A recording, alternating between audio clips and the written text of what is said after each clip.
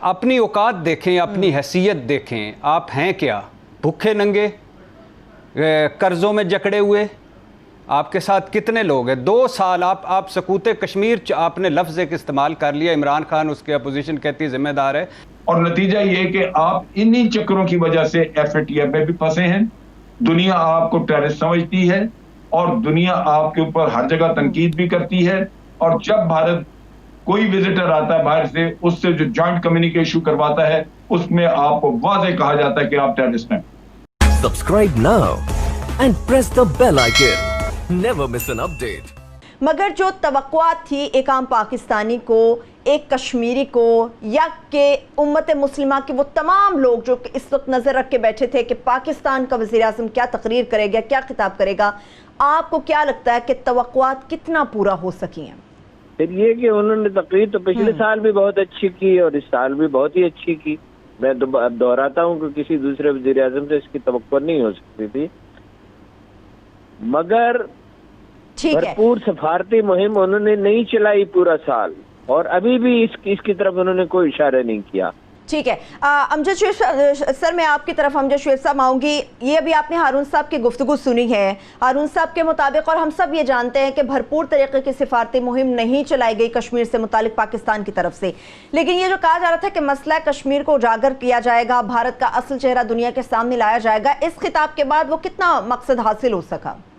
دیکھیے, بات یہ ہے کہ جہاں تک تقریر کا تعلق ہے, تقریر پچھلے سال بھی اچھی تھی, اس دفعہ بھی تقریر جامع تھی, اچھی تھی, لیکن وہی ایک تو جو ہارون صاحب بات کر رہے ہیں کہ تقریریں یہ ایک سالانہ رسم بن جاتی ہے اگر آپ اس کا فالو اپ ایکشن نہ کریں, اگر آپ اس کا بعد میں ایک کیمپین کے طور پہ انہی نکات کے اوپر اپنی سفارتکاری نہ کریں جو آپ نے تقریر میں اٹھائے ہیں, تو پھر یہ ایک بیکار سی چیز بن جاتی ہے. یہ بالکل آپ کی ایک رسمی ہو جاتی ہے چیز کہ آپ نے ایک سالانہ رسم ادا کر دی. لیکن اس میں بھی اور پچھلے سال کی تقریر میں بھی جو ایک کمی, اور میں ہر دفعہ یہ بہت سارے پروگرامز میں بھی اور بہت ساری جگہوں پہ جب سیمینارز وغیرہ میں جاتا ہوں تو میں یہ پوائنٹ اٹھاتا ہوں, ہم نے سب سے زیادہ نقصان اٹھایا ہے بھارت کے ایک نیریٹو سے, اور اسی کی وجہ سے آج ہم FATF میں بھی پھنسے ہوئے ہیں. وہ ہے جو بھارت آپ کے اوپر دہشت گردی کا الزام لگاتا ہے. ابھی چند دن پہلے امریکنز کے ساتھ مل کے انہوں نے ایک جوائنٹ کمیونیکیشن کیا, اور اس میں انہوں نے پھر کہا کہ پاکستان کو بھارت میں دہشت گردی نہیں کرانی چاہیے, اور پاکستان کو ان لوگوں کو سزا دینی چاہیے جو لوگ اس میں ملوث تھے. اب وہ پھر بامبے کا قصہ اور پٹھان کوٹ والا وہ دوبارہ کھول کے اس کے اوپر وہ تقاریر کروانے لگے ہیں. یہ وہ چیز ہے جس نے تک کی بات ہے کہ 70-80 ہزار لوگ مارے گئے پاکستانی, اور بھارت دہشت گردی کراتا رہا. بھارت ملوث تھا APS کے واقعے میں بھی. کلبھوشن آپ کے پاس ہے, اس نے منی ٹریل بھی آپ کو دی ہے, وہ سرونگ آفیسر ہے, اور آپ لوگوں کو کبھی توفیق نہیں ہوئی کہ آپ اپنے منہ اپنے ماتھے سے یہ کلنک دھو لیں کہ جناب ہم دہشت گردی ہیں, دہشت گرد تو بھارت ہے. ہمیں یہ بھی نہیں توفیق ہوئی کہ ہم اس منی ٹریل کو لے کے تو FATF میں چلے جاتے بھارت کے خلاف, اور وہاں کہتے کہ جناب ہمارے پاس تو ثبوت ہیں اسٹیٹ اسپانسر ٹیررزم کے بھی, اور یہ ہے منی ٹریل. نہ پرائم منسٹر کبھی یہ بات کرتے ہیں, اور نتیجہ یہ کہ آپ انہی چکروں کی وجہ سے FATF میں بھی پھنسے ہیں. دنیا آپ کو ٹیررسٹ سمجھتی ہے اور دنیا آپ کے اوپر ہر جگہ تنقید بھی کرتی ہے, اور جب بھارت کوئی وزٹر آتا ہے باہر سے, اس سے جو جوائنٹ کمیونیکیشن کرواتا ہے, اس میں آپ کو واضح کہا جاتا ہے کہ آپ ٹیررسٹ ہیں. ہم روز کہتے ہیں کہ جناب یہ فالس فلیگ آپریشن ہوئے, ہمیں بھارت نے کبھی کوئی ثبوت نہیں دیا, تو پھر دنیا کے سامنے کیوں نہیں جاتے, کیوں نہیں بتاتے, کیوں نہیں یہ ذکر کرتے اپنی یونائٹڈ نیشن کی تقریر میں اس چیز کا. یہ وہ چیز ہے جس نے پاکستان کو بہت حد تک ڈیمیج کیا ہے, بہت حد تک ڈیمیج کیا ہے. لیکن یہاں کسی کو کوئی توفیق نہیں ہوئی کہ یہ بھارت کا اصل چہرہ, جو روز کہتے ہیں کہ ہم اس کا بھارت کا اصل چہرہ بے نقاب کریں گے, اصل چہرہ یہ ہے کہ بھارت ایک ٹیررسٹ ملک ہے, لیکن یہاں کسی نے یہ کام نہیں کیا. ٹھیک ہے, ٹھیک ہے. اچھا بھٹی صاحب, امجد شریف صاحب جو باتیں کر رہے ہیں, ہارون صاحب نے جو بات کی ہے, ہم دنیا کی بات کرتے ہیں کہ دنیا کے سامنے ہم اپنی کامیابیوں کو رکھتے ہیں. کرپشن کی وزیر اعظم پاکستان عمران خان صاحب بات کرتے ہیں, منی لانڈرنگ کے حوالے سے عمران خان صاحب بات کرتے ہیں, امجد شریف صاحب نے ابھی FATF سے متعلق بات کی ہے. یہ جو معاملات ہیں اندرونی طور پہ ہی حکومت ان کے معاملات میں الجھی ہوئی نظر آتی ہے, اپوزیشن کی تنقید ہمیں سننے کو ملتی ہے. تو ایسے میں جب اندر سے ہمیں مزاحمت ہے تو دنیا کے سامنے اپنی کیا کامیابیاں ہم رکھ پائیں گے؟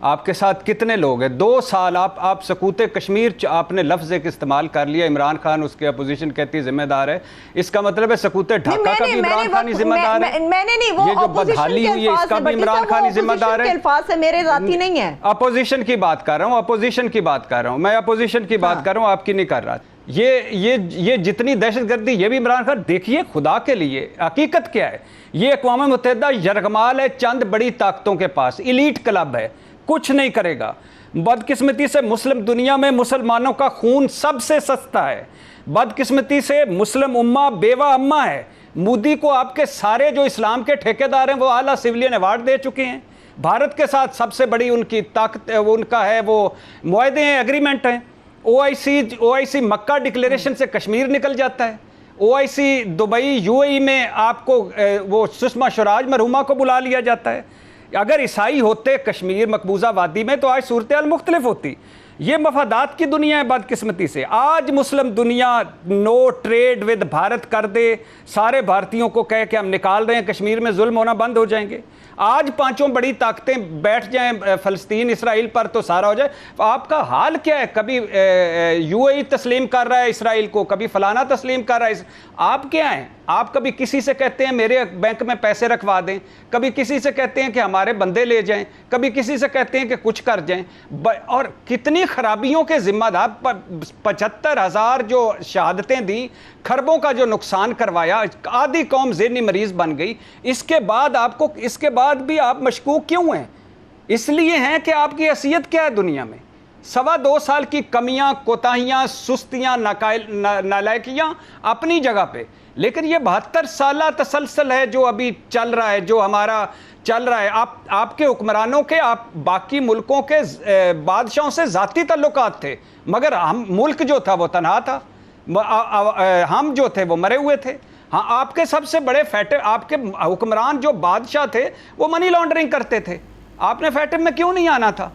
آپ کے بادشاہوں نے باہر محل بنا لیے، اولادیں جدادیں سیٹ کر لی۔ کشمیر کیسے آپ کیسے کر سکتے ہیں؟ کشمیر کا مقدمہ آپ کتنے عرصے تک، یہ کوئی آج 2.25 سال میں کشمیر انہوں نے اپنے ہاتھ سے دے دی ہے؟ نہیں دیا۔